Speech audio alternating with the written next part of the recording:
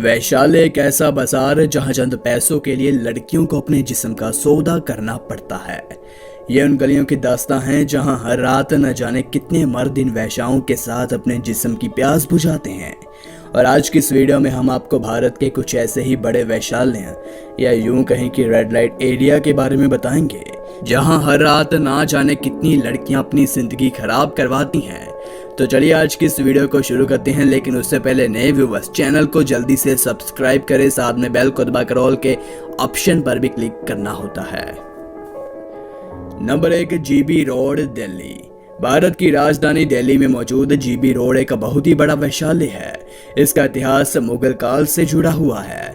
यहाँ बहुत से देशों से कम उम्र की लड़कियों को यहाँ लाया जाता है, खासकर बांग्लादेश और हमारे भारत के राज्य झारखंड और नेपाल देश की लड़कियां भी आती हैं, जिन्हें से शर्मनाक जिस्म के व्यापार में धकेल दिया जाता है। जहां हर घर में बहुत सारे कमरे और जहां चंद पैसों के लिए लड़कियां मर्दों के साथ रात गुजारने के लिए तैयार हो जाती हैं या उन्हें मजबूरन होना पड़ता है। यहाँ हर शाम न जाने कितनी औरतें खुद की इज्जत को गैर मर्दों के हवाले कर देती है।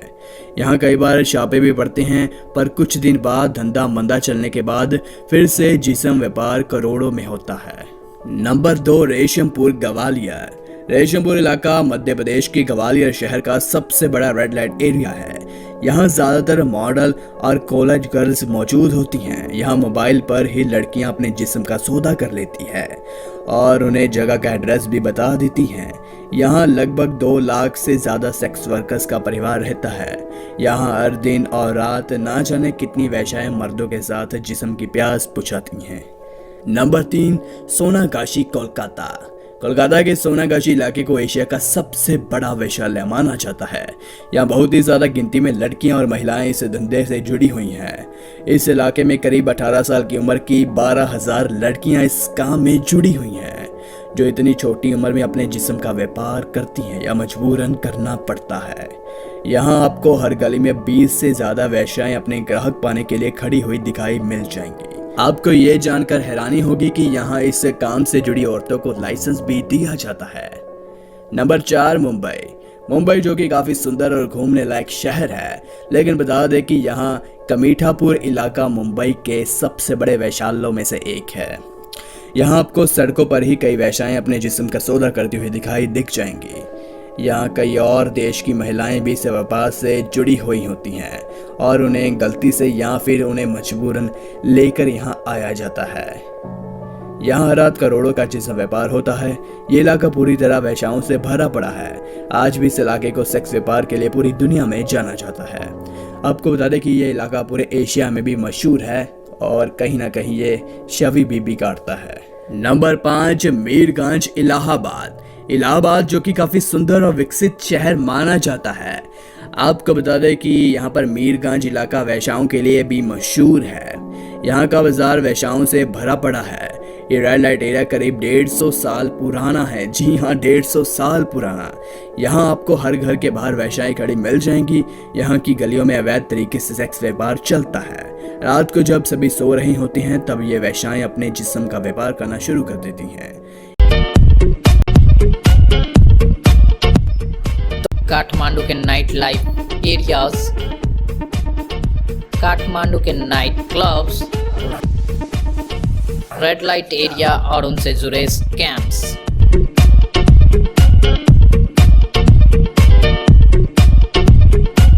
तो अगर काठमांडू के नाइट लाइफ की बात करें तो एकमात्र नाम आता है थमेल का। थमेल एक टूरिस्टिक एरिया है जो कि फेमस है अपने हिस्टोरिकल पैलेस लाइक दरबार स्क्वायर,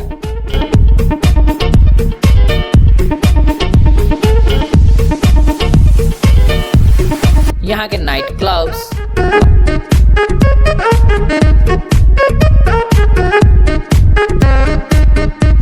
और थमेल के नजदीक के बस स्टॉप रत्ना पार्क, जो कि टेक्निकली तो एक रेड लाइट एरिया नहीं है, पर यहाँ पे ऐसे वैसे काम बहुत होते हैं।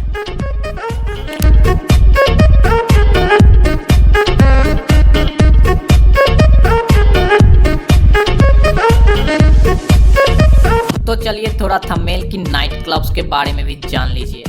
यहाँ बेसिकली 3 मेन नाइट क्लब्स है। पहला लॉर्ड्स ऑफ ड्रिंक्स, दूसरा सीनेट और तीसरा क्लब रिलोड। तो सबसे पहले बात करते हैं क्लब रिलोड की, जिसकी एंट्री तो फ्री है और ड्रिंक्स की प्राइस आपके सामने।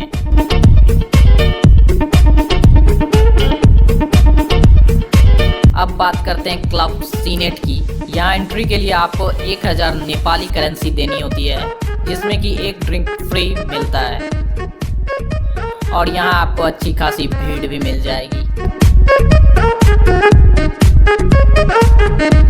तो अब बात करते हैं लॉर्ड्स ऑफ ड्रिंक्स की।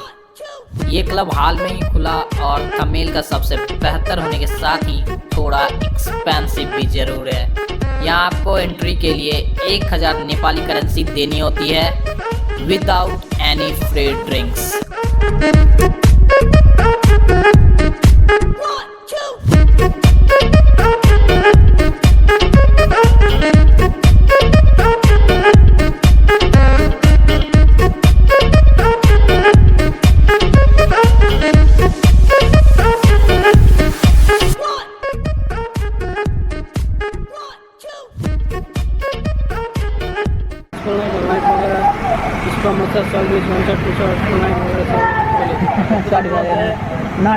और जब आप थंबनेल की स्ट्रीट पर घूम रहे हो तो इस तरह के ऑफर्स वाले ब्रोकर आपको बहुत मिलेंगे। जब आप थंबनेल में घूम रहे हो स्ट्रीट पे नाइट के टाइम में, तो आपको ढेर सारे ब्रोकर यहाँ आके मिलेंगे और बोलेंगे कुछ एंटरटेनमेंट ऐसा वगैरह, और वो आपको बोलेंगे आपको यहाँ से कुछ दूर पे जाना पड़ेगा और वहाँ कुछ ऐसा देखने को कुछ ऐसा रहता है, बट ये सब एक फ्रॉड है, स्कैम है।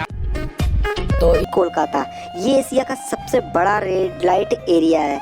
एक रिपोर्ट के मुताबिक यहाँ कम से कम 11,000 सेक्स वर्कर काम करते हैं। इनमें से कम उम्र से लेकर अधिकतम 40 साल तक की महिलाएं शामिल हैं। यहाँ सैकड़ों इमारतों के बीच में यहाँ सेक्स वर्कर काम करती हैं।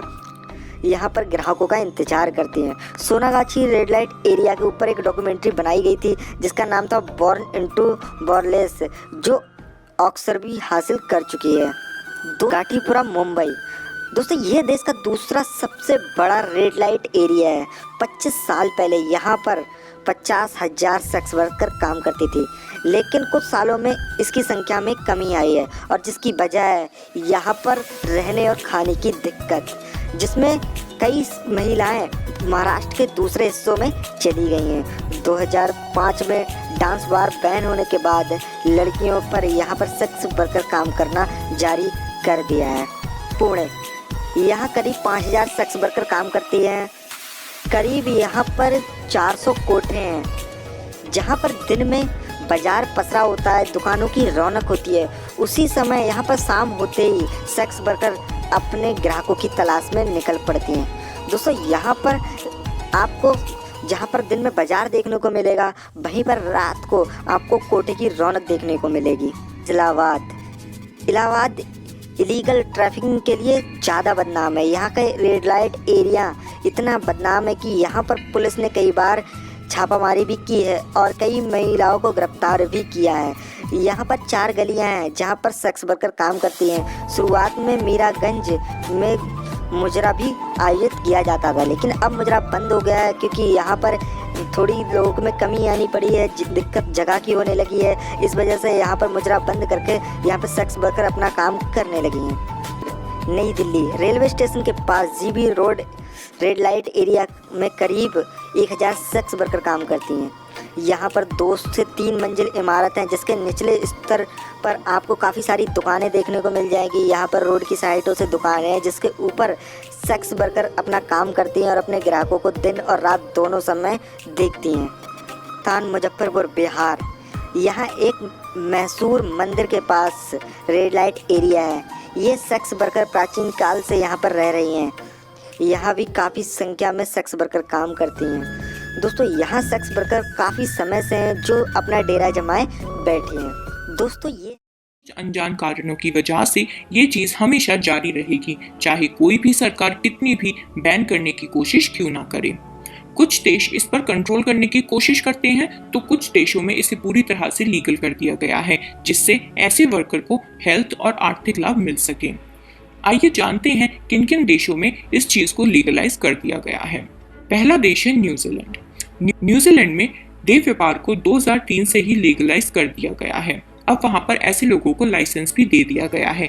जैसे बाकी चीजों के लिए लाइसेंस दिया जाता है, वैसे ही इस चीज के लिए भी लाइसेंस दिया जाता है और सरकार इस काम के लिए टैक्स लेती है। सभी नागरिकों की तरह इन वर्कर को भी सामाजिक और आर्थिक लाभ मिलते हैं। उसके बाद जो दूसरा देश है वो है ऑस्ट्रेलिया। ऑस्ट्रेलिया के यहाँ ये कानून हर राज्य में अलग अलग है। देह व्यापार कुछ क्षेत्रों में इलीगल है और कुछ क्षेत्रों में लीगल है। तीसरा देश है ऑस्ट्रिया।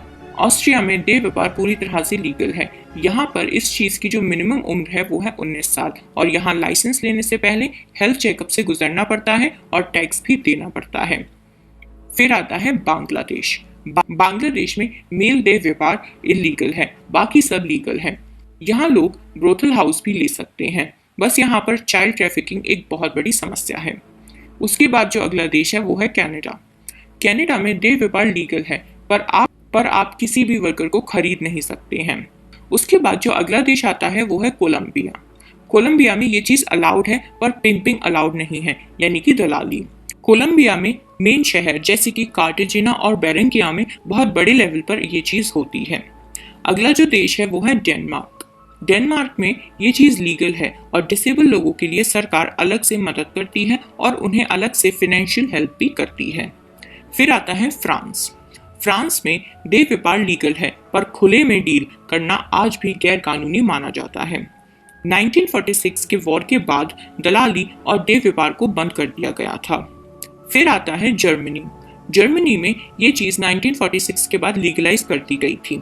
सरकार की तरफ से उन्हें हेल्थ इंश्योरेंस भी मिलता है और वो टैक्स भी भरती हैं और लोगों की तरह उन्हें पेंशन भी मिलती है। फिर जो अगला देश आता है वो है बैंकॉक। बैंकॉक का पट्टोंग मार्केट बहुत बड़ा रेड लाइट एरिया है। यहाँ पर देह व्यापार इलीगल है। हालांकि पुलिस इन सब से अनजान नहीं है, पर फिर भी ये चीज वहाँ होती है। उसके बाद भारत के बारे में कुछ नहीं कहा जा सकता। वैसे तो भारत में ये चीज पूरी तरह से इलीगल है, पर कोलकाता की सोनाक्षी और दिल्ली की जीबी रोड और मुंबई का कमाठीपुरा सबसे बड़ा रेड लाइट एरिया है। तो ये थे वो सभी देश जहाँ पर रेड लाइट को लीगलाइज कर दिया गया है। ऐसे और भी किसी अपडेट्स के लिए, ऐसे और भी किसी फैक्ट्स के लिए हमारे साथ जुड़े रहिए और इस वीडियो को लाइक करना, शेयर करना और कमेंट करना ना भूलें।